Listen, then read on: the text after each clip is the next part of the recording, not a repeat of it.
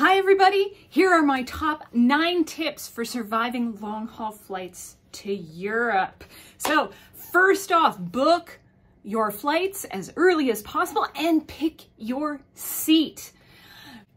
Get the best seat that you can afford. If that means splurging for business class or premium economy, do it, especially for that overnight to Europe coming from North America. You will thank me in the end. Even if, if you can't do that, that's totally fine. But then pick a seat that has extra leg room and if possible, extra recline. Honestly, you're going to want to try and sleep on that overnight flight, and being able to get as comfortable as possible will help you immensely.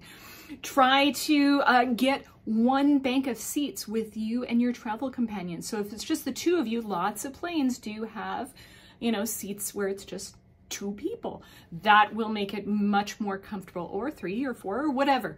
So purchase your flight early and pick your seats. Then coming up to your flight a few days before, you're going to want to start shifting your time, because there's going to be a huge time zone difference and the jet lag will hurt so much when you land. So I use an app called Time Shifter, and I found that this was really helpful for my trips to Europe because it helps you adjust to that time zone just a little bit. It's not perfect, of course, but anything you can do to help avoid that jet lag will help you immensely. When you're getting ready to go on the plane and planning your outfit, make sure you pick a comfortable outfit.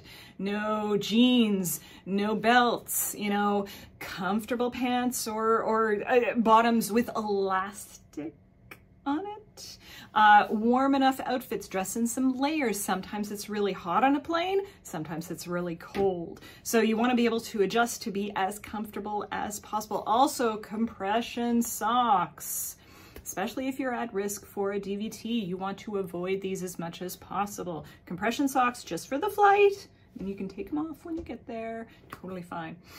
You also want to stay hydrated. So you want to drink hydrating liquids, try to avoid caffeine, especially avoid caffeine because you want to sleep on your flight. So getting, at the airport, make sure you stay hydrated. Avoid alcohol. I know. Most flights to Europe, they'll be serving free wine and, there's other alcoholic beverages and might help you sleep, but really it's gonna dry you out. So hydrate as much as possible when you're at the airport as well as on your flight. Bring sleep aids with you. So the travel pillows, get one ahead of time, practice using it, make sure it's comfortable for you. If it's not comfortable, get a new one. There's lots of different ones on the market. And remember, the ones that have the drawstring goes at the back, not at the front, at the back. This way you have more cushion for your neck and your chin to rest on while you're trying to sleep on the plane. Then eye mask, of course, or something to cover your eyes. Ear canceling headphones. Those are extremely popular now, especially if you've got some infants on your flight who aren't too happy with not being at home and not sleeping in their own beds. The poor babies. I mean, it's really tough though for those of us that don't have infants and aren't dealing with that. So noise canceling headphones or earplugs, maybe it's just some old-fashioned earplugs that fit in your ear comfortably and will block out some of that noise. When you are trying to sleep, of course, make sure that you put your seatbelt outside of your blanket or whatever you're sleeping with so that the flight attendants don't need to bother you to make sure you're strapped in if there's any turbulence or anything like that.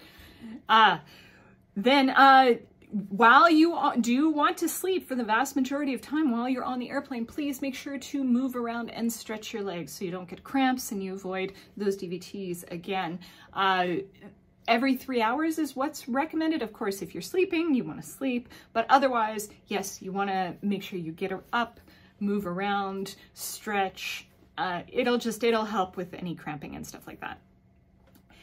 While you do, again, want to sleep as much as possible, make sure you bring some entertainment options as well. Most airlines, of course, they'll have entertainment as well. Everyone once in a while, there's technology issues and they don't work. So you want to make sure you at least have a backup, some movies, some TV shows, devices to watch them on, as well as charging cables and backup batteries. This is a long haul flight, and then you're going to have a, practically a full day in Europe. So you're going to want to make sure that you have lots of battery power, lots of juice to be able to do what you want to do, and you don't run out of batteries. Then, about an hour or so before you land, it's morning. It's the new day. You want to prepare for the new day as if you were still at home. So you're going to want to freshen up. Wipe your face, brush your teeth, put on deodorant, maybe makeup if that's your thing. Maybe change a shirt, just to feel refreshed when you arrive in your destination rather than grubby plain. I've been sitting in this for like 14 hours.